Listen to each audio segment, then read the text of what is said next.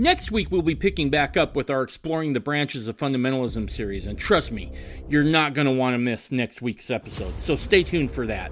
But on this episode, I wanted to explore another gospel topic. As Mormons, we all seem to have baked into our spiritual DNA a longing for Zion. Over time, however, the definition of what Zion actually is has changed. Zion went from an actual place in time and space to some sort of weird ethereal idea of building Zion in our hearts, homes, and wherever the saints are gathered. This, however, isn't really accurate when you look at statements from the leaders of the founding generation of Mormonism. Today on the podcast, I have on Jesse Fisher. Jesse is a devout member of the LDS Church who has written a book called Champions for Zion, which takes quotes from early church leaders of the LDS Church and puts the idea of Zion back into its proper context. Not only do we talk about Jesse's book and some of those early teachings about Zion, but we also have a very interesting conversation about a project that he is a part of to build communities that are not affiliated with the LDS Church, that are stepping stones to Zion-type communities. Stick around as we explore Zion on this episode of the Mormon Renegade Podcast. Look, it's no secret that our society has become much more crude and coarse. To become and raise men and women of virtue and character is a Herculean task. To help with this, I have recently wrote and published a book. Now, back in the 1700s, Washington had a book called Rules of Civility and Decent Behavior in Company and Conversation. It was a book with 110 rules that talked about how to conduct yourself like a civilized person in society, something that today's society is sorely lacking. What I did is I went back through the book and I reinterpreted his original sayings for the 21st century. So the book is laid out in a way in which you see Washington's original rule. Right below that is my explanation for the 21st century, and below that you'll find 2 or 3 examples of where to use this in the real world. Now, to go along with this, there's a workbook that helps parents teach these principles and practices to their kids. To find the book, go to MormonRenegade.com, go to the bottom of the page, search out the blog post, and order your copy today. I can bear personal testimony from personal experience that this is an invaluable tool to help you raise men and women of virtue and character.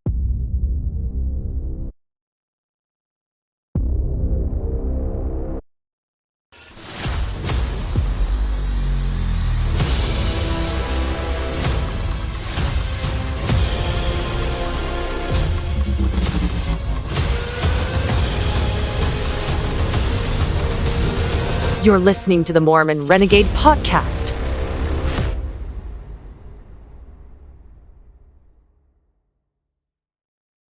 Jesse, it's nice to see you, man. It's nice to be here. Appreciate the invite. So I gotta tell you, I get quite a few people who reach out to me and say, "Oh, you need to have so and so on the program, or you need to have this guy on the program," and I always take those really seriously. But the ones I take super seriously are when I get people telling me that multiple times about one person. And your name came up like twice in 2 weeks, and I'm like, okay, this is I better reach out here. I better do my due diligence on this. So Awesome. as Mormons, I think we all have kind of built within our I don't know, theological DNA, if you will, this yearning for Zion a little bit. And so when they had, mentioned to me that you and a group of other folks had started building kind of communities, right? And I want to be super clear here. This isn't something that's put on by the LDS Church or anything like that. This is a collection of individuals that have come together, and it doesn't even sound like United Order. We'll get into that later. This sounds more like like-minded people banding together and living near each other to foster kind of the feeling of Zion a little bit. Is that a good assessment? Yes, we don't use the Z word in our marketing at all. Okay. Yeah. What we're trying to do is recreate, I'm new to the project. In other words, I didn't start this project. So I saw what they were doing and it spoke to me and I said, I'm in. So my wife and I were the 16th shareholders in this land cooperative, agricultural land cooperative. And it matches what I think. No, it matches what I've read that the Latter-day Saints were doing before they attempted the United Orders. And so I thought, okay, well, supposedly we believe we're going to build the New Jerusalem Zion Society. Maybe we should get some practice in by building this, what the early brethren called the stepping stone to Zion, which was cooperative communities. And Philip Gleason, who started this project, in his presentation, I realized that's what this guy's doing. I'm in. So that's how I got involved. So real quick, Stephen Gleason, was that the gentleman's name, sir? Philip Gleason. Philip Gleason. So this was kind of his idea. Mm-hmm. And did he ever mention to you what spurred him on to do this? Well, in our introductory video that I made on YouTube, he describes a story where he and his young family were caught in the middle of the winter in a tiny Idaho town in a camping trailer at midnight and it was about 0 degrees inside the camping trailer. He and his 3 little daughters and his wife were trying to stay warm and not freeze to death. And he says, that rewired my brain. And from then on, he was very into preparedness. He was into finding multiple ways of producing heat and fuel, having fuel in a crisis situation. In fact, he's done consulting for preparedness and help people retrofit their houses. He's done commercial and residential real estate or construction for, I believe, 30 or 40 years. So he had a background in preparedness, and this idea just fell in his head. And he fought it. He thought that's never going to work. But I don't know if you've ever experienced this, where an idea gets hold of you and it just won't let go. And that's what happened to Philip. Yeah, see? And so he kept fighting it, saying, no, that won't work. And then this new idea would come to him and he'd say, well, okay, maybe if we tweak it this way, it might work. And finally, he came up with this system that he started proposing to friends and neighbors, and it caught on. So now we have over 120 people living at our first community. And we just bought land in Arizona near Snowflake for our second community. Wow. So, yeah. So do you find it's predominantly LDS folks or Mormon folks of whatever stripe that show interest in this? Well, that's the thing, is we're in Utah. So Utah's what, 70% LDS of some form or another, I guess. And so naturally our shareholders lean heavily towards that. I know I'm assuming we don't ask people what their religion or their politics are. We're looking for people who want to live a self-reliant lifestyle, who want to transition away from being dependent on the system to being independent with other people doing the same thing. You can go buy 20 acres up in the mountains, but you're on your own. Right. In many ways. Yeah. So you're LDS. Mm-hmm. Were you born LDS? No, my family joined. Missionaries found us when I was 7, and then we joined when I was 8, which is, I can tell that brief story if you like. Yeah, absolutely. Please. We were a very contentious family. Sarcasm was our language we spoke at home. And so when the missionaries came, they brought the Spirit with them into our home. And even as a 7-year-old, 8-year-old, I could tell. In fact, I would stand at the screen door. This was in Texas. Stand at the screen door when they would leave, and I would just kind of go, Spirit left with them. And so about, when was it? Somewhere around January of 1970, they popped the question, Mr. and Mrs. Fisher, would you like to get baptized? I leaped out of my chair. Say yes, Mom. Say yes, Dad. Because I knew we needed what they had. Mm-hmm. And so in every sense of the word, I'm a convert. And that's actually created some problems for me because we don't seem to believe all the doctrines we teach. Right. Did I say that out loud? Yeah. One of which is the concept of Zion, which I've been absolutely fascinated with since I was a kid. How'd you get fascinated in that, right? Of all the things, because like I'm a convert as well. I was a convert to the LDS church, right? And then became a fundamentalist. But in like there's the one thing about Mormonism, and I've said this before, it's unlike any church I can think of, right? You're not just showing up on Sunday, no matter what stripe you are, right? Whether that's LDS, because you have callings there and you have callings as a fundamentalist. It's not enough to show up on Sunday, shake a few hands, throw a couple bucks in the collection plate, and then go home. It doesn't work, right? This, you have to do something. Like I remember when I was learning about Mormonism, and it's like you're getting in your wagon and you're going somewhere and you're going to do something.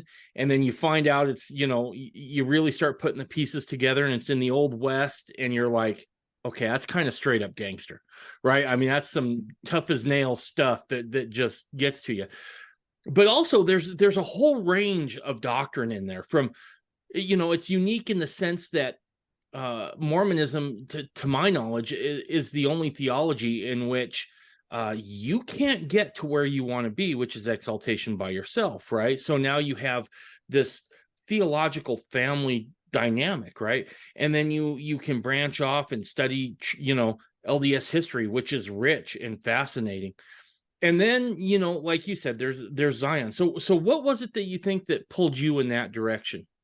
Well, it's I remember it very clearly. Actually, there were two families that fellowshipped us when we joined the church. Mark Benson, Ezra T's son, Really? and then this other family, I can't remember their names. I should ask my sister; she'll probably remember. They were hardcore John Birchers, Okay. and so they had given us a copy of None Dare Call It Conspiracy, and it was sitting on our bookshelf. It's a great So book. I figure I was about 10 and I read that book. Okay. And it strongly affected me. The idea that there were people who were willing to sacrifice other people's freedoms for their own power, gain, and glory just really burned me. And I even offered to God, I'll be happy to go assassinate, John Kennedy or Ted Kennedy if you want me to, but he didn't, thank goodness. And so that really affected me to realize that I can't trust the media, I can't trust newspapers or TV. I can only trust God. I can trust the scriptures. I can trust our church leaders. And then I married a fellow from Salt Lake when I believe I was 15. And she gave me a book at that time when she got married called Added Upon. It's a novel that was written in 1898, I believe, by a fellow by the name of Nephi Anderson. And obviously he's LDS. And in that book, the main character gives the king of Poland a tour of the New Jerusalem Zion Society. So I had the society that None Dare Call It Conspiracy said we were headed towards. And then I compared that with the New Jerusalem Zion Society, and I said, and so, and then in college, I read, well, actually, it wasn't a book yet. Hugh Nibley's Approaching Zion was just a set of talks, script, or what do you call them? Articles. Yep. And I read several of those, and I realized that I had forgotten Zion and had been pulled into Babylon with all its attractions, right? I was going to be a success. I was going to, get rich and then help the church. Right. I know a lot of people use that excuse. Anyway, so reading Hugh Nibley just really rocked my world. And I said, okay, I got to take this seriously. So since then, I've been reading just about everything I can get my hands on regarding Zion and how, and again, the idea of shouldn't we be preparing for it? every time I got asked to teach Elders Quorum, guess what I taught about? Right. I taught about Zion. For 40 years I've been doing that, and I just see glazed over eyes in the group. And I just think, how are we going to do this if we don't move in that direction? And so I've been looking my entire adult life for more Zion-like ways of organizing society. Zion isn't, like you say, Zion is a culture. It's a civilization, or Mormonism, if you will. And I got a cough drop in my mouth. Oh no, you're just fine. Let's see, where was I? So Zion is a society, it's a civilization. So it's going to have its own unique education system. It's going to have its own unique governmental system. It's going to have its own unique economic system. What could those look like? What would be an interim step? If you see Zion as a Zion, or as a celestial level society, and we're living in a telestial, that means there's got to be a terrestrial stepping stone in between, right? Right. So what does that look like? And how can we start? Why wait? Right. DNC 58, 26 through 28, God wants us to do many good things of our own free will, to bring to pass much righteousness. What would be more of a good thing to do than to start working towards what he wants for us? Zion is the society God wants us to enjoy while we're on earth. So why are we so dedicated to sustaining and building Babylon? It just baffles me. No. Anyway, so I think that's a good question. And I think that's one I want to explore later. But you talked about that stepping stone. And just this last week, me and my family took a trip, went to North Dakota first to see my daughter and my grandchildren. And then I was like, while we're here, we're not horribly far from Nauvoo. Why don't we just swing out there and we'll go to Adamon Diamond, and then we went to Carthage and Far West and Liberty. But here's what I came to understand about Nauvoo, right, as I was there. And I think Nauvoo was actually a step back. I think they tried the United Order thing there in Missouri. And first off, obviously, there were some mistakes made. But also you had the persecutions. And in Nauvoo, you seem to almost start to get that middle step, as you were talking about, because I kind of asked some of the folks around there. I was like, okay, so explain the economics to me, because a lot of them are coming from Missouri, where they've tried this. Are they trying to do the same thing here? And it was more of one of those things where it was that stepping stone, right? Where they're saying, well, they were still exchanging script, but the difference is that it was all centered around the community. So you went out of your way to make sure that someone could get something from within the community. And that was one way that I saw. And then it was just fascinating that just, 3 days later, I'm calling your phone. But yeah, it seemed to be like that almost like that training ground a little bit. Yeah. I have a chart. I don't think it ended up in my book. I have a chart that I drew in a PowerPoint presentation I gave once, that showed that the Joseph tried to bring us up to the celestial economics, and we couldn't handle it. So it dropped back down to telestial and maybe even terrestrial, like you say. But Brigham definitely tried to get us to the telestial level, or terrestrial level, the middle level. And then I think he tried too soon to shift back up to the celestial level. So they only did the cooperatives for 10 years. And if you think about it, the Israelites were in the wilderness for 40 years waiting for the older generation to die off.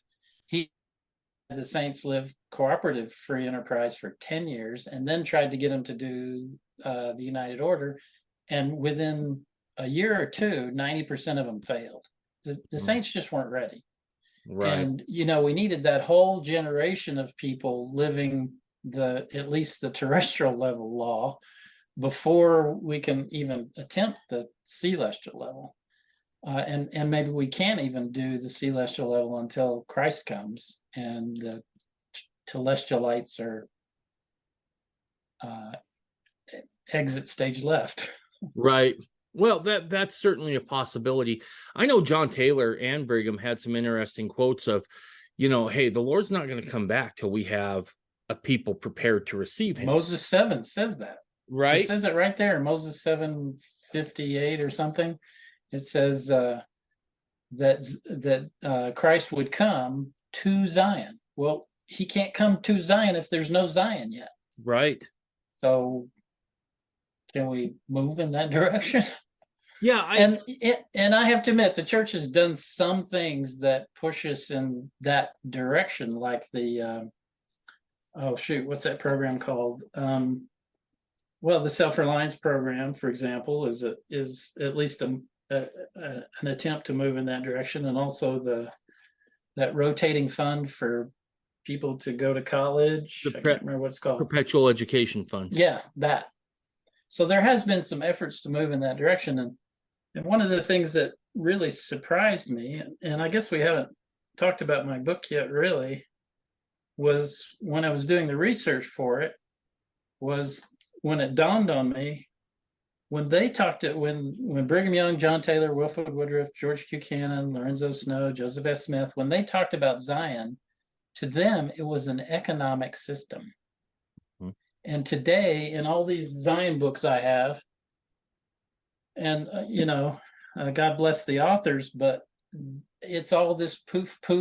We all have to be nearly perfect before we can build Zion. Well, no, that's not what they taught. Mm-mm. They taught we can build Zion anytime we want. All we have to do is want to bad enough. But like I joked earlier, Babylon's just too much fun. Yeah. Let's talk about your book for a second, because I found that absolutely fascinating. Because there are some books that I certainly enjoy, the ones that are just the author's thoughts on some things. Yours I really liked in what I've read so far, because your opinion is different in the sense that a lot of times authors will take something, especially when you're dealing with theology or something like that, it'll take a passage and then it seems the author will kind of put his spin on it. This is what I think it says. I enjoyed yours because you kind of conformed your thinking to what those early brethren said. And I found that super refreshing, especially about this subject, right? Well, and that was the whole point of my research, was to find out, what did they believe? What did they teach? Mm-hmm. And the reason I was doing it is I was set apart as the secretary in our high priest group. And so as part of the presidency, it was my role to teach priesthood every quarter on a fifth Sunday, I believe. And so obviously I would teach about Zion. Well, we had the stake president in our quorum who excommunicated Avraham Gileadi. He was in our quorum. We had a lifelong institute teacher. And then we had a armchair scriptorian, and these three were buddies. And I referred to them somewhat lovingly as our ward Sanhedrin. And I knew that I had to substantiate anything I taught about Zion with scripture and with words of the prophets. And so I went on a 4-year study to find out, what did they teach? And that is the whole basis of my belief about what Zion is and how we can build it and what's required. And so I took all those quotes. I ended up finding, the book says I found 700, but actually there's more like 1,000. And I just, as I'm reading them, I'm saying, okay, what category can I put this in? And they fell neatly into 12 different categories. And those are the first 12 chapters of the book. So I introduced the ideas so that and I hope that I'm not putting a spin on their quotes. I don't think I am. I was trying to say, okay, what did they teach? Right. I think it's mission accomplished. As I read through it, like I feel like I got a pretty good nose for BS, right? I can kind of get that vibe really good. My meter's highly tuned. Uh, So as I read some of your stuff there, like I said, that's what jumped out to me is here's a guy who's just letting those old brethren and even some of the newer leaders within the LDS church, yeah, there's a few in there. yeah, to speak for themselves. You weren't trying to um let them speak and then you try to be an interpreter. You just said, this is what they said, this is what this means. And coming from a guy who's big on what was the original intent, funny, both in my politics as well as my religion. I just dawned on me. Anyway, as I'm big on original intent. What was your Sure. intent? Right. And it was a breath of fresh air to be able to read something that I felt really captured that intent. So I think it's mission accomplished on your end, and you really deserve to be commended for that. What was your biggest surprise in doing your research? There were several. Holy cow. Well, the concept that building Zion to them was an economic activity, not a spiritual one. Sure, there's a spiritual element. Obviously, you can't be rooted in pride, fear, and jealousy and still build Zion. You've got to overcome the natural man. Mm-hmm. But assuming, I mean, we've been doing this church thing for 200 years now. Can we go ahead and say, okay, we got this? Can we move on now? Anyway, so let's see. I'm sorry. What was your question? No, you're good. What were some of your biggest surprises? Oh, biggest surprises. Yeah. So, yeah, that it was an economic activity that cooperatives, so cooperative free enterprise was a stepping stone to Zion. I didn't know that. I knew that the Saints had done cooperatives for about 10 years and they had remarkable results, but I didn't know that they taught this. We're doing this in order to prepare ourselves for Zion. Right. Also, I didn't know that they said over and over again, we are building Zion here in Utah in order to fulfill the prophecies of Jeremiah, Isaiah, and Ezekiel. Right. I had no idea they saw it that way, which now makes sense when Utahns who've lived here forever refer occasionally to Utah as Zion. That's because they were building it here. Yeah. That's where that nickname came from. Quote after quote after quote, we are here to build Zion. John Taylor said it over and over and over again. 80, I believe he gave, I'd have to look up the numbers, but I believe he gave 80 talks. In something like 78 of them, he either said, we are building Zion like Enoch did, or he quoted Jeremiah 13, whatever it is. I will take one from a city and two from a family, and we shall build Zion. Or he just mentioned Zion in passing. That's a huge focus for. And Brigham Young talked about Zion even more than John Taylor did. Of course, he had longer to talk about it. So that was a big surprise. Another huge surprise was they taught that the entire point of us being given the priesthood was to build Zion. Mm-hmm. And if you think about the covenants in the LDS temple, what's the last covenant? Right. What does it build up to? Zion. Of the covenants that we do in the endowment, what's it build up to? And that became clear to me as I was reading all these quotes. Was that and another thing, there were lots of things that really surprised me when I reading all this, was that it was a central tenet of the church. You know, President Kimball came up with the threefold mission of the church: preach the gospel, redeem the dead, do missionary work, or perfect saints. Perfect saints. Thank you. That third one we don't have a program for, which is too bad. So in reading all these quotes, no one came out like President Kimball did and essentially branded the church with with the threefold mission, but they would talk about maybe 5 things, but building Zion was always in there. Right. So, and from what I gathered, it was central to what they were doing. It was the gospel. They to them it was preach the gospel, gather the saints, build Zion, so that we can receive Christ. Yep. That was the mission of the church. And really, that gathering of the saints thing, that's a Zion thing, right? I mean, you can't build a society without people there. Without people. Yeah. And so that's really just an extension of the mission of Zion, right? Is to gather in Israel, gather in those who feel that call, who the Lord has prepared. So let me ask you this. How is it then that we go from Zion, because look, this isn't just unique to LDS folks. This is also in fundamentalism as well a little bit. How is it we go from let's build Zion, like every talk is centered around that. This is what we're doing. This is what we're about. This is our mission statement. We're here to build this society.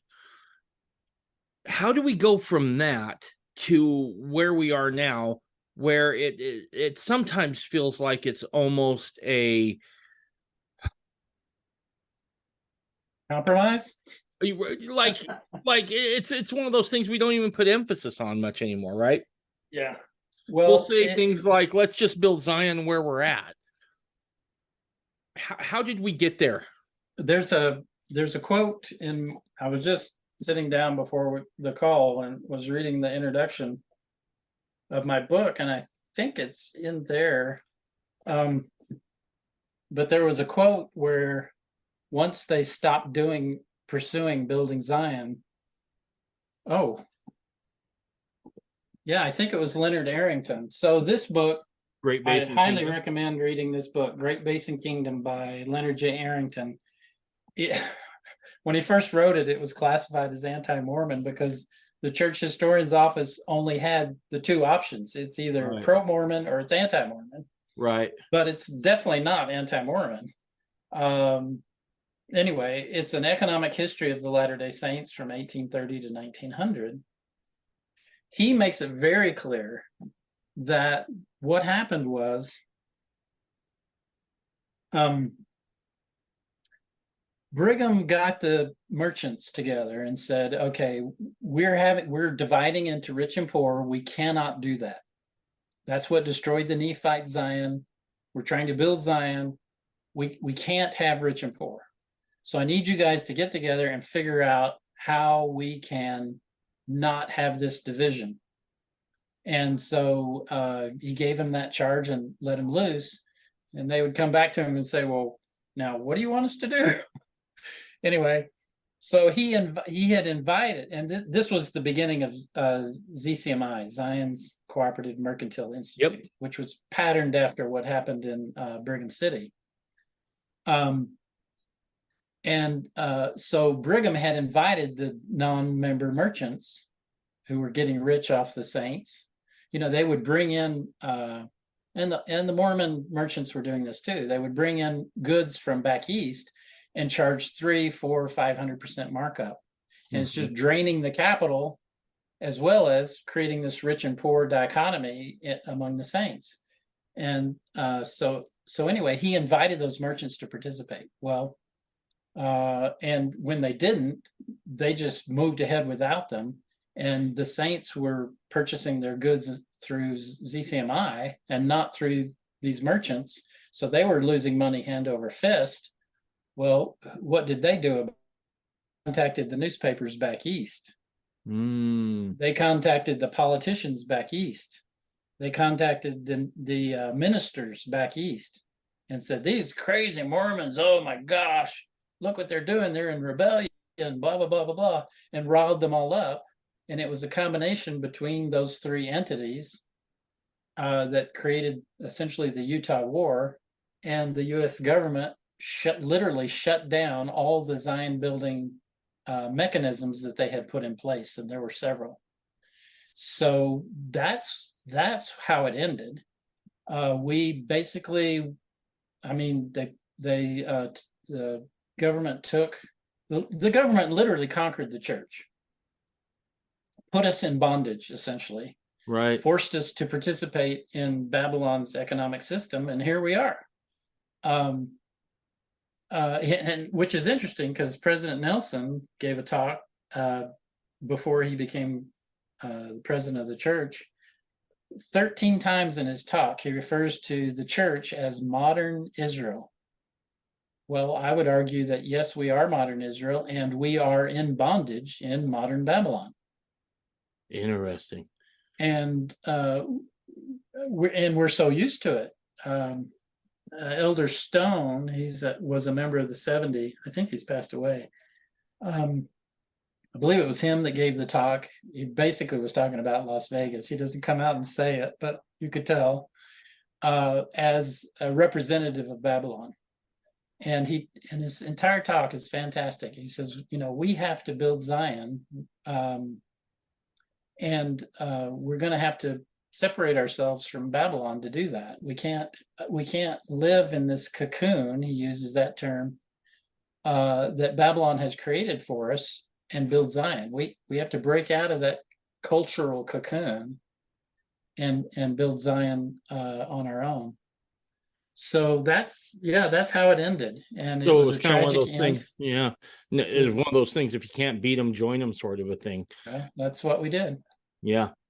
That's fascinating. Now, let me ask you this, and then we're going to dive in a little bit more deeper on maybe some principles around Zion itself. And then I want to focus maybe on the communities that you're participating in. But one of the things that I have seen lately, because as a Mormon podcaster, albeit a fundamentalist one, but a Mormon podcaster nonetheless, I kind of like to keep my thumb on the pulse of all things Mormon, right? And some of the stuff that I've seen over the last few years that has really given me significant pause is some of the kids coming out of BYU today seem to have this notion that United Order in Zion was nothing more than communism with a theological bent. And to me, that scares me to death. Because look, I'll be honest with you, communism on its own is a horror show enough. But if you mix communism with some sort of weird theology, then you can now do some things that I'll be quite honest with you, Lenin could only fantasize about. And Marx could only fantasize about. Right. Can you show the distinctions between Zion and the United Order and communism? Sure. Yeah. Compulsion. Right. One word, compulsion. God obviously highly values freedom of choice, and communism in practice has always been authoritarian dictatorship. And the ideologues say, well, we haven't tried true communism yet. Well, whatever. Every single time it's been applied, it's been a disaster for humans. So the United Order is one of the things that I gathered from doing this research. I'm kind of going around the barn to answer your question. No, you're good. And I'll probably forget your question by the time I get around the barn. Shoot. See, I've already forgotten it.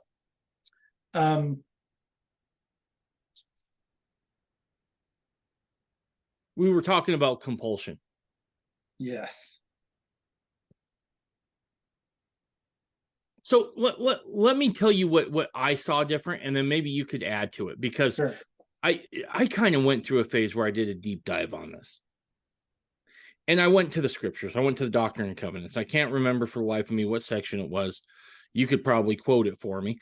But what I was noticing is that property was still respected there, right? And so as I looked at the DNC, and then I read a few accounts, what it sounds like is like you desired to enter the order. You went in and you spoke with the bishop before anything ever happened. You said, this I want to enter. This is what I have to consecrate. And then you and the bishop would have this conversation where he's like, okay, how much do you need? How much does, let's talk about your family needs, these sorts of things. You consecrated your stuff, and then you actually received a deed for a plot of land. And then going forward, you could add upon that.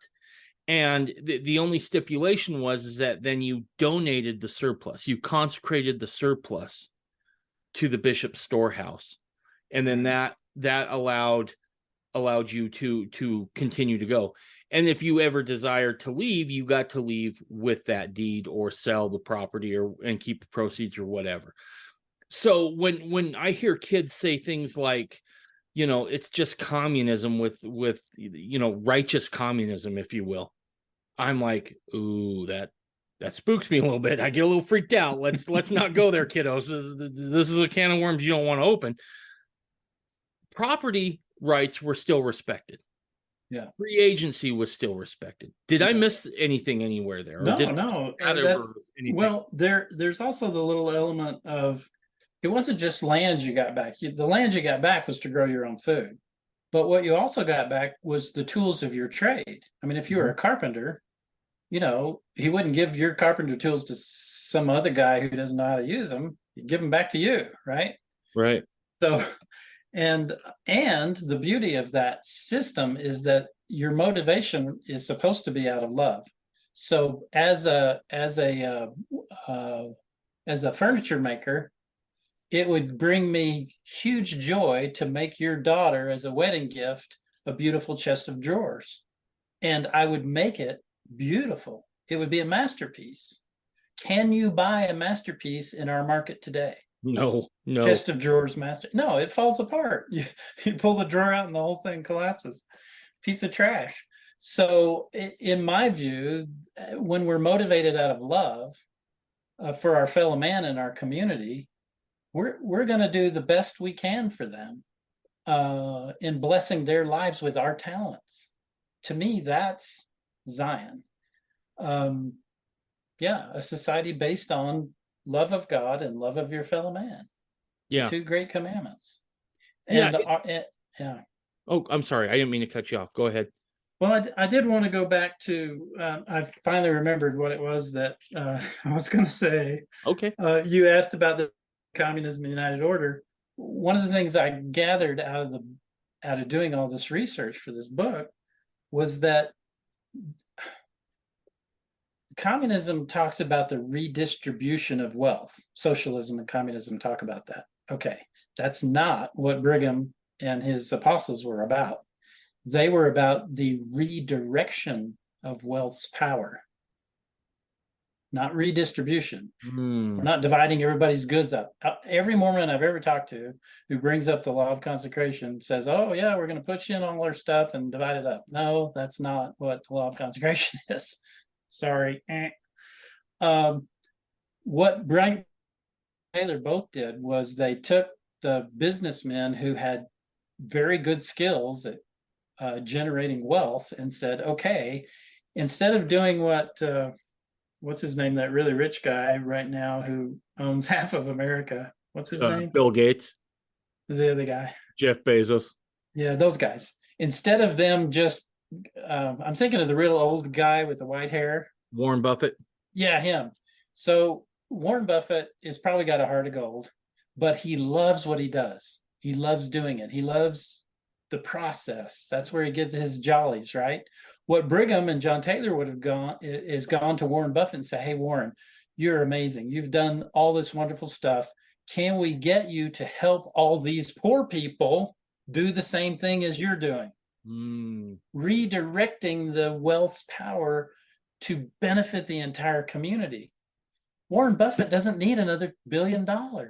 He's just doing it because it's fun for him, right? So he needs some religious leader to motivate him to voluntarily help his neighbors. Right. Well, and I think this ties into something else that I've that's always bugged me when a lot of folks would talk about Zion. It was always about taking everybody down a notch, right? Now, and sometimes they'll talk about it and it's not even a notch. They want to knock people down completely. In my estimation, as I read things, they weren't looking at knocking people down a whole bunch. They were looking at bringing people up, right? Yeah. And this idea that well, let me put it this way. We tend to look at wealth and the game out there, that Babylonian system, as a pie. And there's only so many ways that pie can be divided, right? Scarcity mentality. Exactly. I think what the United Order, the law of consecration, Zion was all about was no. That stuff is endless. We can make this work, we can grow exponentially, and there doesn't have to be a scarcity. So as he's talking about bringing people up, there's not a scarcity mentality involved in it, right? There's plenty here. It's not a matter of plenty. It's just a matter of, do we want to do this? Bad enough to make it happen. Is that a misconception on my part? No, well, yeah, I share that opinion. Okay. And, And you're, look, I always say I get people on here way smarter than me, so I'm going to default to you on a lot of this. So, and it's not hard to do. So that gives me a wide range of options for guests. But you're, yeah. So yeah, I'm going to default to you on that because this has been your area of expertise, right? Well, I've read a lot. So let me ask you this, because I think this is important too. Because like I said, we're right now in this place of just build Zion within your own homes, right? Maybe in your wards, and if you're really lucky, even your stake, right? Well, we have no clue what that means. But we have no clue what that means. No. So how do we? And again, as a convert, I was fired up about this stuff, man. I was like, here we go. How do we motivate members, no matter what branch of Mormonism they are, in this process, right? How do we get people fired up to want to put their hands to it and dig into this? Well, I know it feels like I'm just trying to plug my book, but every time I sit down with this book, I wrote this like 4 or 5 years ago, and every once in a while I'll just sit down and start reading it, and I go, holy crap, we are missing the boat. Yeah, I just read these quotes, and they were bound and determined to build an Enoch-style Zion society here in Utah. It's so obvious when you read their words and I just, so to answer your question, read what they wrote. You don't have to buy my book. Go to my blog site, buildingzion.org, and half of the quotes are on there. Just read them there for free. Hey, hang tight a second. You want to read the book. Everybody should read the book. Whatever. So no, I agree with you. In some sense, I feel like sometimes, as Mormons, we've lost the vision, right? I believe we have. We've lost the vision. We're content now with Babylon, right? And we think that maybe some of the church service we offer, or our tithing, is enough, but it's really not. I mean, that's just scratching the surface, right? For if you want to build Zion, you've got to want something a little more. Yeah, I think so. And I think some, as people, we're always looking down the road for answers, right? The answers are in front of us. Well, sometimes they're behind us, right? Sometimes we got to turn around, we got to read, and we got to do a little bit of study. As a surveyor, I've always said, you have an initial point of beginning. And let's say you're off a half a degree in 2 feet. You'll never see it. But if you're off half a degree over a mile, well, that's compounding error. Mm-hmm. And sometimes I feel like we had our good starting point and we started down, and maybe we got off, 30 feet away by a quarter degree. Now we're off a half. Now all of a sudden we're way off. And sometimes it takes looking back to see that course correction, which I think is the genius of your book, because it's just not your opinions. You're going back to the old guard saying, okay, what did they have to say about this? Yeah. Yeah, and I don't seriously, I don't fault the leadership of the church. You know, God hasn't told me to fix it, so I'm not even gonna try. It's Right. not my job. Um, I was just hoping, hey, let's review the past. Let's review what they taught and maybe think about. I honestly, I thought maybe 20 years, 30 years, 40 years after I die, this will be taken seriously among the saints. My hope was I'm going to do this life work and hopefully it'll do some good in the future. That was my hope. Yeah, we'll see. Well, I think you've done a great work there in that book. I think it's super helpful. So let me ask you this. We've kind of defined Zion a little bit. What was it that made you, and I'm always curious about this because I have a story similar with this podcast. What was it that motivated you to write a book? Right? Because a lot of us have those things we love to study about, but we never take the initiative to go and actually write a book about it. What Yeah. was it? What was your inspiration for writing that book? What motivated you to do that? Well, YouTube. I actually, so as I was gathering these quotes, it started falling neatly into 12 categories. You know, I used to teach years ago, taught classes on how to use Excel spreadsheets. So I naturally am using Excel, a new tab for every category, right? And then I subcategorized them within that tab. And so I had this huge spreadsheet with all these quotes, color coded, the whole deal. And then I just by chance saw a video on YouTube, how to write a book in an hour or something like that, 10 easy steps or whatever it was. And the guy said, you know, what are the main points you want people to go away with? Well, I said, well, I've already got the 12 categories. There they are. There's the first 12 chapters. And so I thought, gosh, I really could write a book. So it was just the suggestion by some guy on YouTube that I happened to run across his video. I thought, I'll do that. So I did. You're way more obedient than I am. I thought doing this podcast for a good solid, in all honesty, it was probably only 3 or 4 days, but it felt like forever as I argued with the Lord. I'm like, you got the wrong guy. You need to go find somebody else.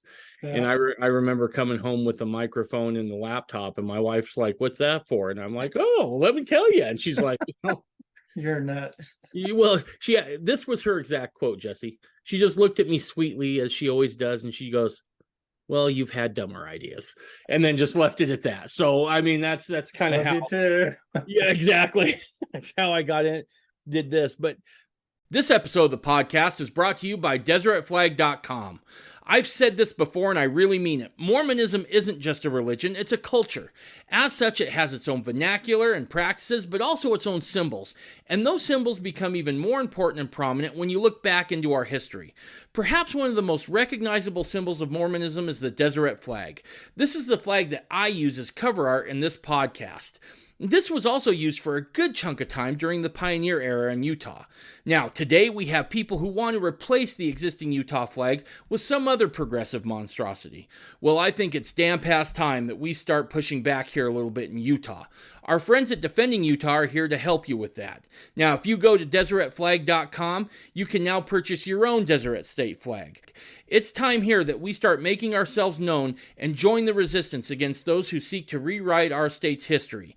Go to DeseretFlag.com or check out the link in this episode's page show notes and get yours today. Can't get enough of the Mormon Renegade podcast? Well, good news. We're on Patreon, and there's 3 packages that you can choose from. The first one, the Slightly Rowdy package, allows you to hear the podcast without all those pesky commercials getting in the way. For those who want a slightly more in-depth experience, there's the Stirring It Up package, where you can hear ad-free audio, ad-free video, and transcripts. Finally, for those who want to go full renegade, That package is available too, where you can get everything in the previous 2 packages, plus an extra show where myself and Ben Winfield break down the news of the day from a very Mormon point of view. You will also get exclusive access to Renegade Chat, and on there you'll be able to talk to others about the show or whatever topics are on your mind. Go to Patreon today and get your exclusive content. All right, so at what point in your life did you find out about this cooperative, this land cooperative? Yeah, I because I had written the book, and I thought, okay, well, instead of complaining about the fact that the saints aren't embracing this, why don't I go on an informal, uncalled mission? Why don't I share these ideas and try to say, hey, we could be doing this instead of sitting around in Babylon? And so I built a website, zionbuilders.org. It's still up. I'm taking it down. I should probably go back and look at it. And then created a Facebook group and started inviting, people who talked about Zion and said, hey, let's look at this. Maybe, in fact, it was my research on Brigham City. So when I was reading about Brigham City, maybe I should talk about this a little bit. Yeah. Brigham City was amazing. Brigham Young asked Lorenzo Snow. Brigham Young asked Lorenzo Snow to take some bunch of Scandinavian immigrants to a little tiny town called Box Elder. It was a little, what do we say that in English? Dorf in German. A little tiny town, and build a self-sustaining community. That was his challenge. And so they renamed the town Brigham City. And it took Lorenzo Snow a while to figure out how to start it. And this leads into how I got involved with the co-op system. The first thing he did was it took him a while to figure it out. And I think, I'm pretty sure George Buchanan was the brains behind the whole cooperative movement. I'm fairly confident he was. I can't prove it, but I'm fairly confident. I'm guessing Lorenzo Snow got the idea from George Buchanan to start a co-op store. And so what he did was, the basic core fundamental difference between a co-op and a regular corporation is that the shareholders are local. They either work there or they shop there. Those are the people who own it. So you don't have some distant shareholder who couldn't care less about your customers, couldn't care less about your product, couldn't care less about your environment, as long as he's getting profit off his shares, right? And in a co-op, it's the local people. The profits stay in the community. So he went around and invited everybody, please, please, please buy 1 share in the co-op. And so you can benefit from the profits of this operation. So then he also would invite anyone who produced anything to sell their goods through the co-op store. And this is how they were combating all these merchants bringing in these products and charging 300, 400, 500% markup. And so he started that in around, I don't remember the exact year, 1860 something. And then he went on vacation to Hawaii. Actually, I think it was a mission. And when he got back, there was $10,000 in the savings account. So after doing distributions to all the shareholders, they also put money in a savings account. So with that $10,000, he had built a tannery. So they took all the surplus hides from the local ranchers and made belts and hats and saddles and whatever else you make out of leather, and sold those goods through the co-op store, took the profits from that and built a cotton factory, I think, or something. I can't remember. And they just kept doing that over and over and over again until they had 40 different industries in their little town. They estimated that they had achieved in just 10 years, they had achieved 85% self-sufficiency. Whoa. And everyone in town who had a job, wasn't self-employed, worked for one of these 40 departments, they called them. So this was what really got my attention. And that is, as I'm reading this in Great Basin Kingdom about what he did, I had at the time neighbors who I cared about losing their homes due to unemployment. In their 10th year, Brigham City, in the middle of a worldwide recession, had 0% unemployment. Holy Zero. cow. Everybody had a job. And nobody was losing their homes during their worldwide recession. And I thought we should build towns like this. And that's when I set up that Facebook page. That's when I set up that website and was trying to say, hey, let's do this. This is an economic miracle. We can do this. My plan was to do it virtually first. So to build an online store, invite people to sell their goods through it. And my doctor ended up reading my book. I asked him, can I put a copy of my book in your waiting? Well, he took it home and read it. He says, you really ought to talk to Philip Gleason with Operation Self-Reliance. And so he gave me Philip's phone number. I called him up and said, I hear you're building cooperative communities. And he goes, yeah, come watch my presentation.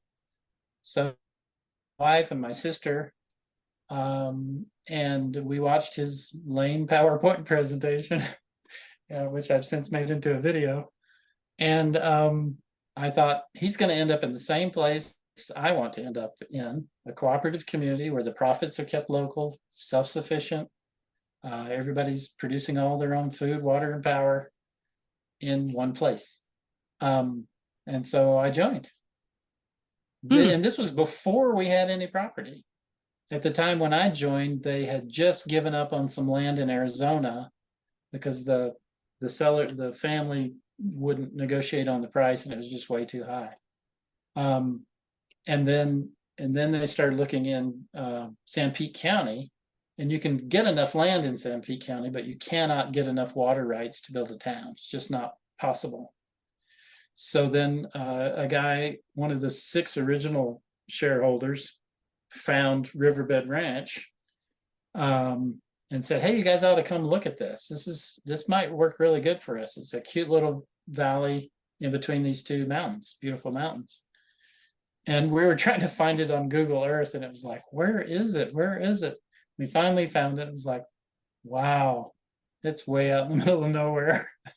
And then all this insanity with COVID happened, and now we're wondering if it's far enough out. But anyway, so that was you guys sound like my kind of people right there.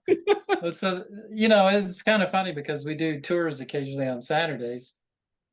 We used to do them almost every Saturday, and now with the second community down in Arizona, we don't. But during the height of COVID, 1 or 2 people occasionally would show up wearing masks, and by the end of the tour, they had taken it off because nobody else was wearing them. Good for them.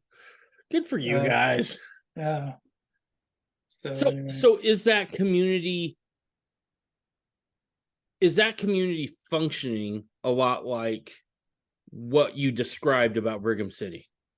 Not yet. The challenge is everything takes longer than you think. So we do have at least somewhere around 120 people living there full time. But the vast majority are focused on getting their infrastructure in place, their house, their barn, their greenhouse, their septic, their solar, their water well, their water system, their greenhouse, getting all that in place. That's a lot of effort. Mm-hmm. So I think there are only 2, maybe 3 homes that are finished. Mine will be finished this month. I think Philip's, he already got his move-in permit from the county, whatever that's called. Occupancy permit. Yeah, that. So we think by the end of this year, there'll probably be 18 homes completed. So we're not.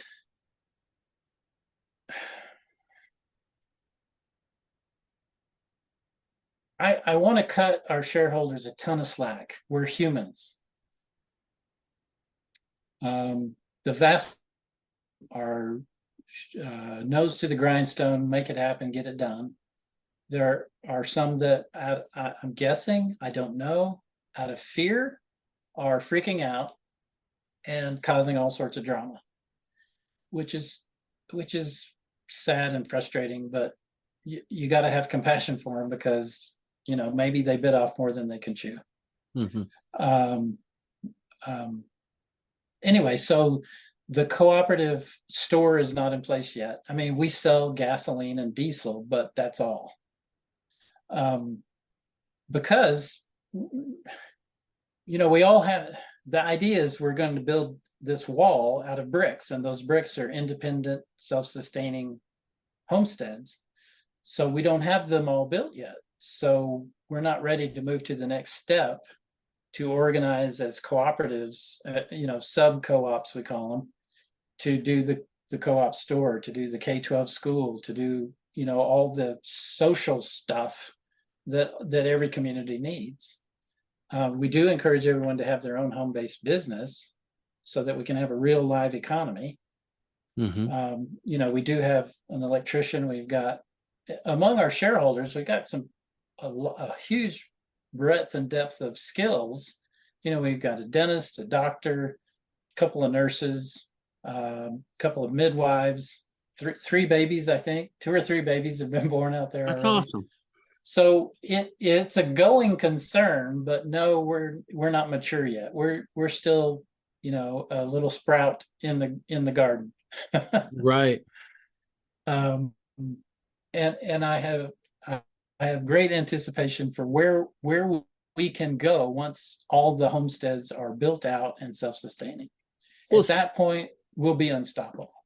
It sounds like that it's still full steam ahead. I mean, the one in Utah doesn't sound like it's up and functional yet, but you guys are already starting one in Arizona. Yeah, well, Phillips, how old is he now? 73, 72? I can't remember.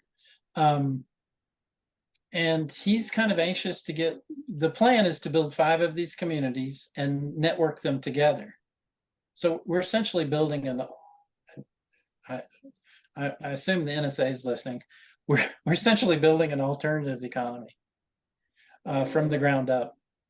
And to do that, we're building 5 communities, and those 5 communities are going to trade with each other eventually, and we're just barely starting on getting the second one going. Phillips, like I say, 70 something.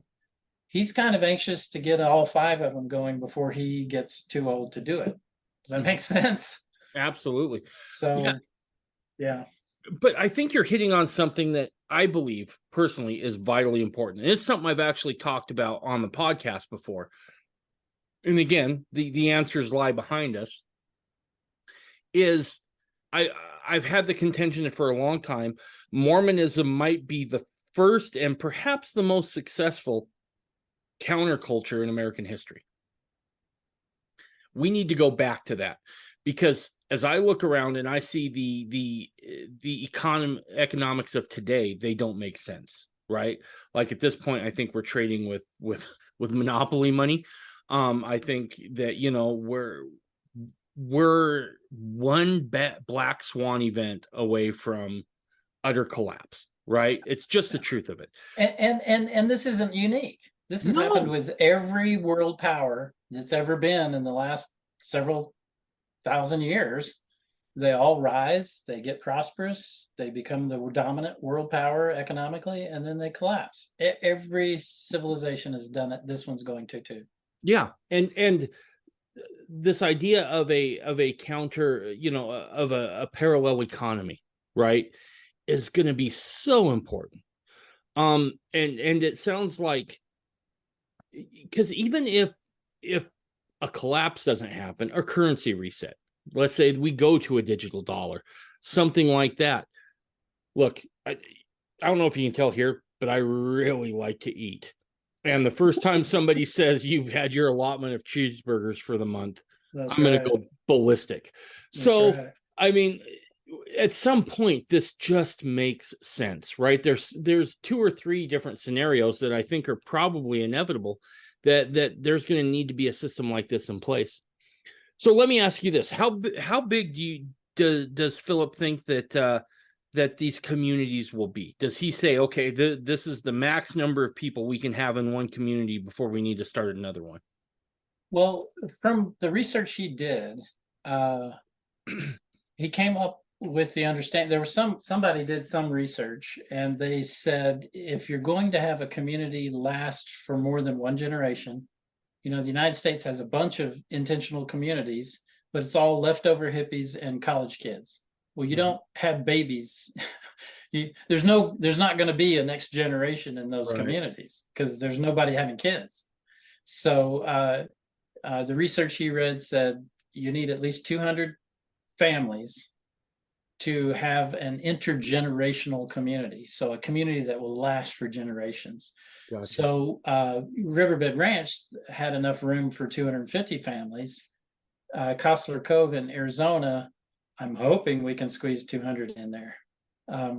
It's actually bigger property, but there's a bunch of rocky areas that won't work for co-ops. One of the things that goes on that list of things that surprised me when I did the research was that they taught over and over again, early LDS leaders, that Babylon, and they referred to the American economy as Babylon will fall, and we have to become self-sustaining. Mm-hmm. They taught that over and over again. And, I could read a dozen quotes right here in this chapter, chapter 9, I believe it is. Babylon's going to fall. We have to produce all our own clothes. We have to produce everything. And that was the push, to be self-sustaining. And so once we build these 5 communities, they can specialize if they want to or whatever. It's a free country. But can be trading with each other, and also then within their own community as well. I have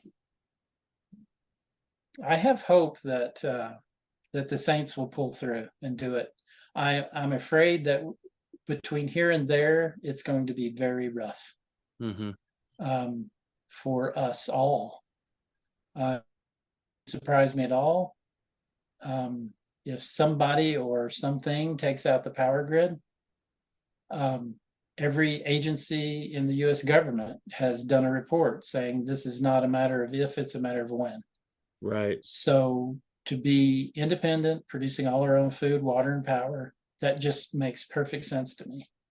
Why would you do anything else? Right. Yeah, no, absolutely. And so I worked for a little while out on the eastern shore of Maryland, about 3 years. Left Idaho, went back east because they surveyed differently out there. And I wanted an opportunity to see that. And one of the things that I noticed right away was there was absolutely no plans for emergency. And I was back in Maryland when Katrina hit New Orleans. And I worked for a massive conglomerate of, we had our own dirt movers, our own pavers. I was just one cog in that wheel as a surveyor. But I got the opportunity to go down and survey on the new levees, right? And I happened to meet a good guy down there, and I'm still friends with him to this day. And he's an emergency management coordinator. And he'll be the first to tell you that we do the best we can, but at the end of the day, you really are kind of on your own. There's no doubt about that. And I asked him once, going back to what you were saying about the power grid, I said, "What's your nightmare scenario?" He's like, "Oh, EMP." He didn't even hesitate, right? He's just like, EMP. And I'm like, what's that? And he's like, electromagnetic pulse. And I'm like, well, what causes that? He says, oh, a variety of things. He's like, a sunburst, that could be one of them. He's like, there was one in the 1900s, fried telegraph lines up and all over the country. All over the world. Yeah, they caught fire, right? Yeah. Really took it out. Yeah. And he said the other is if, a country did want to invade, it would, if you detonated one in an airburst, he said that's prime for them because you don't contaminate the ground. You have a little bit of fallout, but not much. Mm-hmm. And he said 2, maybe 3 well-placed would take out the country's entire grid. It would put us back to the 1500s. And I was like, well, what's so bad about that? And he's like, well, he goes down the list and he's like, well, let's just start with people who are on life-saving medication. Those people are done. Mm-hmm. No more. You're not getting it anymore. Yeah. A common cut is now going to get infected and people will start dying from infection again. He's like, today, when you get a real bad, nasal infection or you get sick, he's like, it's not a big deal. You run to the doc, you write you a script, you go to the Target, you get it filled. You're feeling better in no time. You're going to die from that. Mm-hmm. Right. And then he's like, oh, and then, even before we get to massive hunger, you have roving gangs of individuals. Right. And he just goes down this list, and I'm like, you got to be a joy at parties, my man. I'm like, I'm sure you're the most popular guy there, but it really opened up my eyes, right? And yeah. I remember he said something that really startled me. He said the average American family is exactly 3 meals away from starvation. Yeah. Oh, he's like, we live in a time now where, oh, we're out of food. I guess we'll just go to the store, right? Mm-hmm. Yeah. But we saw in COVID, that was very, very fragile. Right. That is so fragile. Yeah. I remember me and my son, if you remember, Governor Herbert at that time came out and had, kind of given everyone warning that, hey, in like 3 days, we're going into a lockdown situation. And he went out of his way to say, but the stores are still going to be open. Don't worry about that. And so my son, who was in college at the time, him and his wife and his granddaughter came to live with us because his business just knew what it meant, right? And said, we're gonna lay off because we're non-essential. So lay off. And he's like, Dad, I think I'm just gonna have to go be a surveyor. And I'm like, you shut your dirty mouth. Just we got a downstairs apartment. You guys can live in that and just stay in school. And so they came to live with us. And this was just a couple days before lockdown hit. And I was like, him and I were up talking into I want to say it was like 11:30 at night. And he's like, how do you think people are faring in this? And I'm like, I don't know. I was like, it's Utah, right? I mean, they got to be doing it. The LDS Church has been talking for years about food storage. I'm sure, it's fine. We got to be better than everybody else. And he goes, why don't we he's like, you want to go to Winco? Like, sure, let's go to Winco, right? So at like midnight, we go to Winco. And dude, it honestly shook me. And I had a lot of empathy for people. Because as I'm in there, for the first time in my life, the shelves are bare, right? And people are grabbing food the second it hits the floor, even before it's out of the box, off the pallet. They're just waiting for the truck to come in, and they're grabbing food as quick as they can. And the fear was so palpable at 12:30 in the morning in Orem, Utah. And I was like, and this was a little startling too. I remember the message just came that, maybe we as a people have failed here. Yeah. Maybe this was gut check time. Maybe this was a good test to see where you're at. Yeah. And I can't agree with you more that at some point something's going to happen, and we want to be in a position to where we can be as self-sufficient as possible. Yeah. And my argument is, A, we should be moving in the direction of building Zion, but B, somebody has to survive to build it. Somebody has to build the New Jerusalem. It's not going to build itself. So somebody has to survive between here and there. Yeah, absolutely. And with all this, the way things are going with, like China's social credit system. Yeah. I literally read with my own eyes on this very screen an article in a finance journal saying China's credit system, social credit system, is going to roll out worldwide. Be sure to invest in this company, big list of companies that you need to invest in so that you can make money off the world tyranny. Cool. Yay. That's the worst timeshare ever. Let's just get that out of the way. So clearly the movement is in that direction. We're going to essentially enslave the entire world using the internet or some form of the internet. It just makes perfect sense to me. Revelation 18, I believe it's 18, talks about the mark of the beast. You can't buy or sell. Those are economic activities. You can't buy or sell unless you have the mark. Well, if I'm growing my own food, producing my own electricity, have my own well, what do I need with a mark? Right. Right. What do I need that for? Right. So anyway, Let me ask you this. In setting these up, what has been the biggest obstacle? well, that's interesting because I just did a survey. In fact, maybe I should pull that up. I just did a survey among the people who haven't joined our co-op after they did the tour. So about almost exactly 30% of the people who come do a tour, they just fall in love with the place and they join. The other 70% don't. So I thought, well, I should ask them why. Why aren't you joining? What's the obstacle? And the number one obstacle for Riverbed Ranch is it's too far out there. I've got grandkids. It's too far for my family to come visit me, which is hilarious because we have grandparents out there and their grandkids come visit them. And the people who live out there go to town on average 1.5 times a week. So it's not like they're moving to Hawaii or Alaska. Right. Anyway, so yeah, and of course the cost. It's not cheap to build a homestead. Where the members of the co-op are constantly finding ways to save money, but cost is a real issue for a lot of people. There are a lot of people live paycheck to paycheck. They have no savings. They see the writing on the wall and say, "I got to get out of here," but they're stuck because they don't have the resources. We feel bad for those people, but at this point, we can't help them. Once we're built out completely, we will be able to help them. In fact, it's actually quite likely that people, once our community is fully fleshed out, we figure there'll be 900 to 1,000 people. We'll be the third or fourth largest town in our county.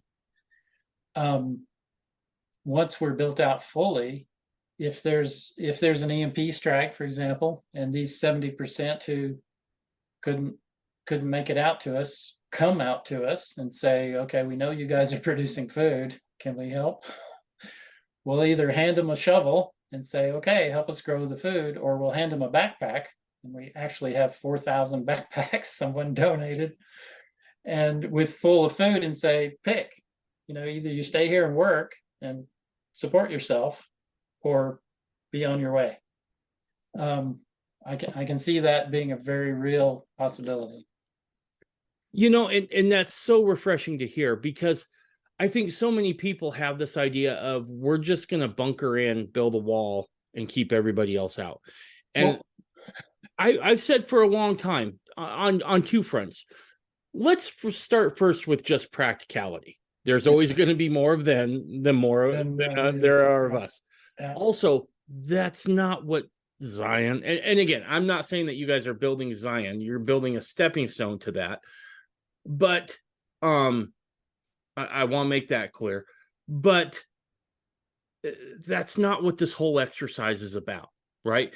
And in some of the things I've read from Brigham and John Taylor, people are going to flow to those Zion communities for safety. And if we don't offer that as Mormons, well, we failed, right? I don't know how else to say it. We've failed, right?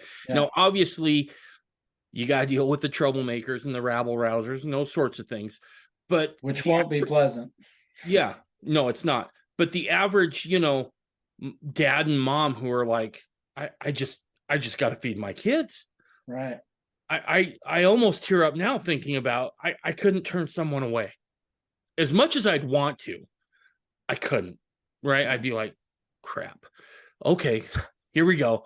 And so if we're not those people, and if we're not ready to receive God's children that way, I don't think we've done our job. Yeah. One of there's a wonderful, I'd recommend this to all your listeners, the book 1 Second After. That is so sobering to read that book, and it's a novel. but it's based on that concept of an EMP strike in the United States.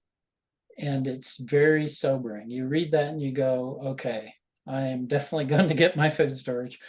In the intro video that we have on YouTube and our website, Philip tells this story.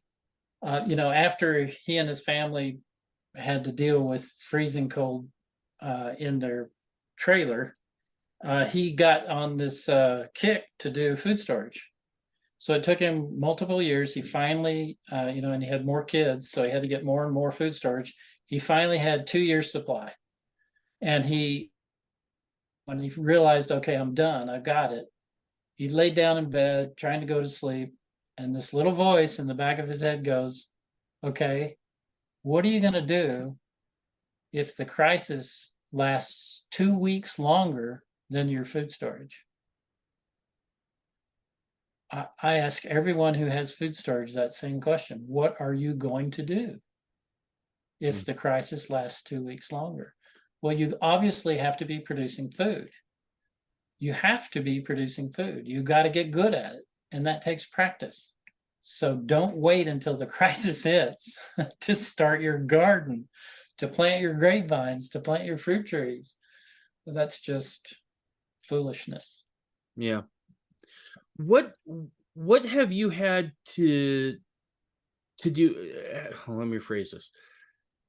Has the government been impeded you guys in any way? Yes. I don't think it was malicious necessarily. It just, this is different. This is a different system. There are co-op. Over 1 million Americans own their land or their house through a co-op. It's not unusual. It's just, it's not customary. Customary is a developer comes in, builds a bunch of rickety houses and sells them all, and he's gone, and you never hear from him again. We're doing something completely different. And gratefully, Philip had gobs of experience dealing with bureaucrats, government employees. And so he, slowly acclimated them to what we were doing. And short story, I don't want to forget the other story, so I'm going to write it down here. No, you're good. The first, I believe it was 3 or 4 families that took their house plans into the county to get them approved. You have to pay the county money to approve your plans. I love that. Anyway, the first 3 or 4, they approved them, no problem. The next guy goes in and they said, well, we've changed our mind. We've decided that you guys either need to put in sprinkler systems in all your homes or you need a volunteer fire department. So we're not going to approve your plans until you get one of those. Well, 2 days later, we had 12 people show up for the fire department training, volunteer fire department training. Nice. And now we have our own volunteer fire department. We have 2 trucks. The county loves us because we're out in the middle of nowhere. They can't get there fast enough. If there's a crisis, we can. Right. So anyway, so that's one story. So the county fire department loves us. Now, the other story I want to tell you, with the land came 2,854.5 acre feet of water rights, which is worth more than we paid for the land. So we had the water rights. We had the property in our name. We owned the land. We owned the water rights. We went to the state water rights division. We worked with a water engineer. He approved our plan. We started drilling wells. We got 9 wells drilled. And then apparently his boss saw what we were doing. And I'm guessing, so in the previous year, Utah hadn't drilled 250 wells. We were talking about drilling 250 wells in one setting, right? So I think that kind of freaked out the head of the water rights division, and she didn't want to be in charge of the division during a drought and drilling 250 wells. That's my guess. Right. Every time, so she shut us down for a year. Couldn't drill any wells for a year. We'd already drilled 9, and then they said stop. So in that year, she kept giving us these excuses, reasons that made absolutely no logical sense to us. And finally, finally, Philip gave up on being diplomatic and hired a water rights attorney.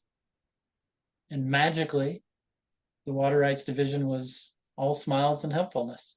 Huh, weird. So the lesson there is, if you want justice in America, you just have to pay for it. Yeah. Yeah, that's yeah, I tend to agree with Ronald Reagan and what he said, that some of the most frightening words in all the English languages is, I'm here from the government and I'm here to help. So I truly believe that. And look, as a surveyor, we deal all the time with public with those municipalities and those government agencies.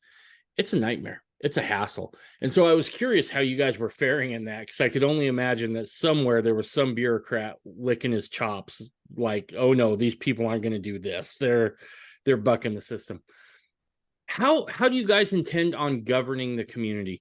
Is this something that just comes with like some CC&Rs, some covenants, conditions, and restrictions, with like other land use, like a subdivision or something like that? Or is there like a community meeting? Or do you guys elect like a mayor or anything like that? How do you foresee this community being governed? The fact that you're asking me that question tells me that Babylon is rubbed off on your worldview. Probably. Yep. You're assuming that we need a government. Okay. You're Why would speaking we my need language. one? The county has plenty of laws. The state has plenty of laws. The country has plenty of laws. Why do we need more laws? Perfect. No, that's good. So the co-op, which is a business, I have to remind some of our shareholders of that. It's not a government. It's not your daddy. Right. It's a business. We run it. We're supposed to be running it like a business. We elect board members, and the board members are responsible for. That's how co-ops work nationwide, worldwide. That's how co-ops work. So it's not a government. So they're, if somebody wants to use co-op property or co-op assets, then that issue needs to be brought to the board. Okay. We're not all on the same page with that yet. We're hoping that eventually everybody's going to get it. Right. Most of our shareholders, I think, get it. But yeah, let me ask this question, because I think this is super important as well. How is it then that you guys are making sure that the people that are coming out there to live have the same values and principles you do? Yeah. Because a lot of times this sort of lifestyle seems appealing on the surface to a lot of people, but when you get into the nitty-gritty and they start having to put in the work or the money or any of those other things, then things become a little more convoluted, and they may reach for that government lever a little bit more. Yes, because it makes things easier on their end. How are you guys making sure that core group coming in is well educated and realistic enough about what they're undertaking, that you're not getting a lot of people coming in and going, oh crap, and then selling it like halfway developed? Yeah, that's actually happening. It is a challenge. So we have an interview process that we go through. First off, the fact that we're out in the middle of nowhere is a huge filter. Mm-hmm. You have to really be serious about a self-reliant lifestyle to move 2 hours away from Salt Lake City, out in the desert, on an old alfalfa farm. You've got to be serious about living an off-grid lifestyle. That alone is a huge filter. But we also invite people. We tell people, look, we want you to be serious about self-reliance. You need to like people. Narcissists don't really work well because they think they know everything and they're always right. That doesn't work well in a community setting. Right. So you need to really like people and be able to get along with them. Philip has this whole list, and I can't ever remember all 5 things. Well, and the last one is you got to have resources to do this, and that unfortunately, that's the second most common reason why people don't join is they can't afford it. Remind me your question. Just how are you making sure that you're getting the right kind of people Right kind of people. in that? Because I would imagine that while you're still building it, that core group is super important, right? I feel, and I'm just hypothesizing here, so I could be completely wrong, but my guess would be is if you had your core people, they can kind of teach others, right? They can kind of start passing that along. But that core group's important. So what steps are you guys taking to make sure you get the right people in place in that core group to give this thing a fighting chance? So like I say, so we're out in the middle of nowhere. We do interview process to try to discern that. Are these people capable? Are they going to play well with others? All of that. Then we turn them over to the board, and my understanding is they do background checks. We don't really want child rapists and drug dealers in our community. Sorry, go live in LA. Right. So there's that filtering process. There's a huge amount of idea sharing going on at Riverbed Ranch. So everybody sees what everyone else is doing and go, wow, that's a great idea. I'm going to take that and I'm going to tweak it over here, which is what I did with Philip's house plan. I saw how fast his house was going up, and I thought, holy cow, I'm going to use that system. And so I said, can I get a copy of your house plan? Sure. Gives me a copy. I recreate it, and I go, there's not enough storage space in this. I'm going to add 4 feet and put in closets. So, there's gobs of that. Take someone's idea, tweak it, make it a little better, implement it on your own lot. Lots of that going on. And so this is a generality, okay? So there are exceptions, but typically, and again, I say the vast majority of our shareholders are just awesome people. They're getting it done, they're making it happen, and they're overcoming the challenges. And there are challenges.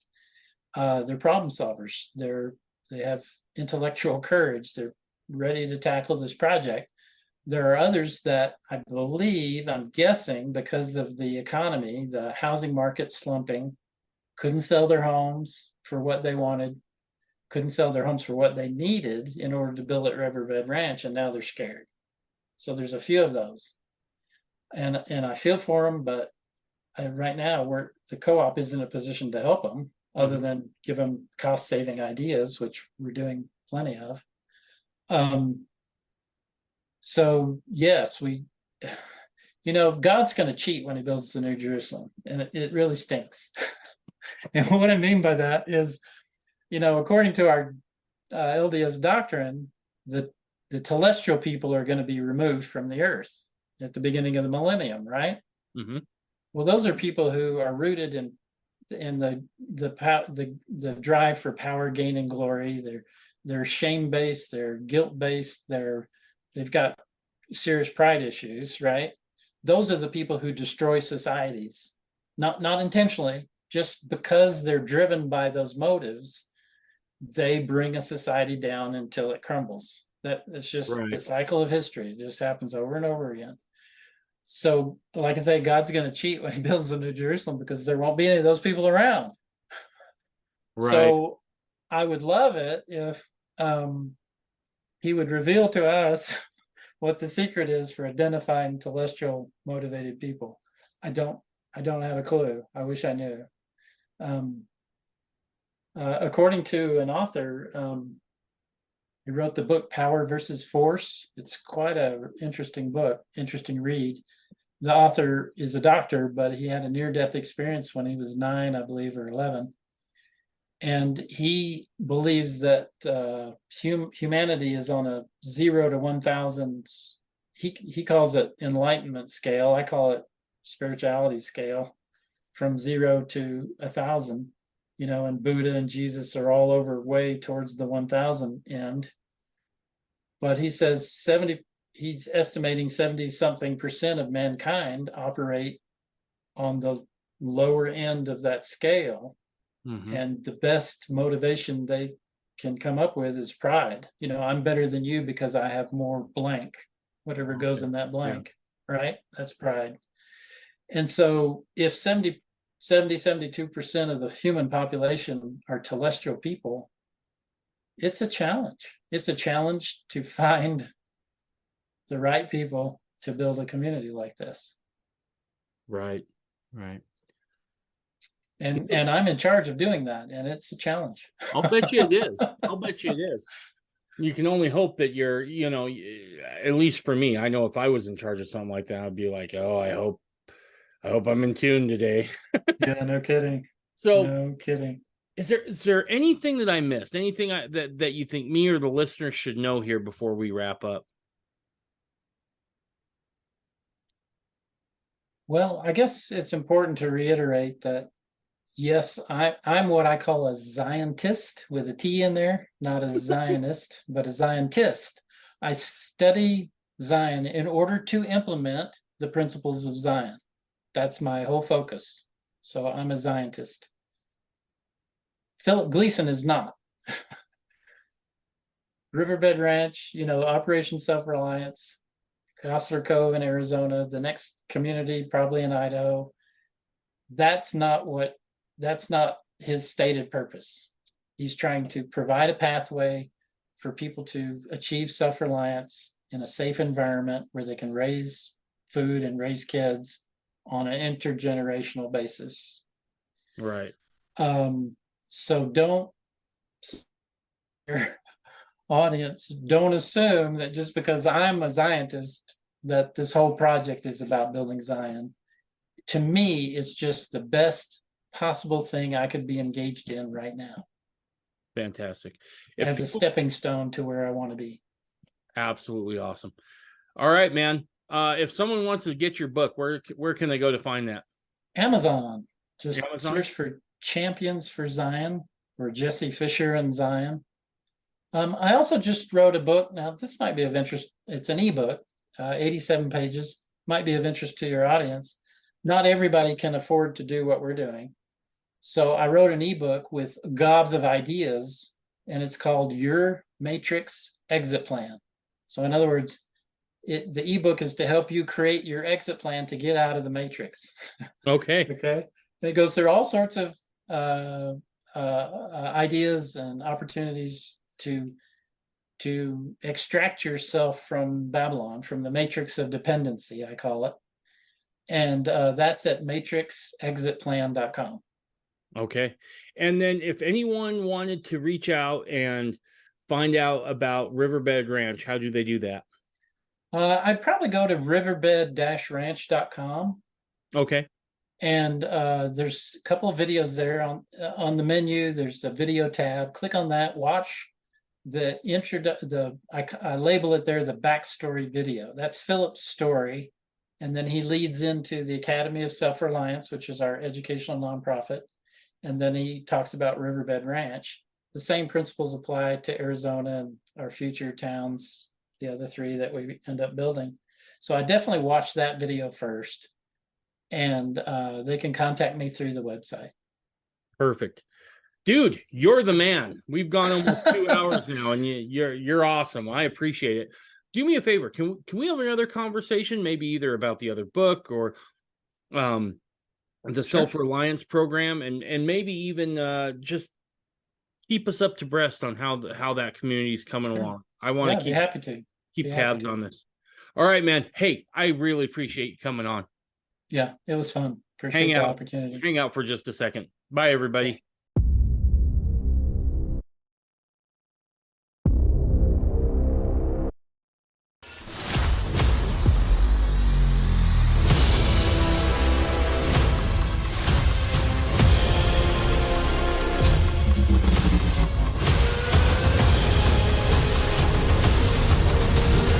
You're listening to the Mormon Renegade Podcast.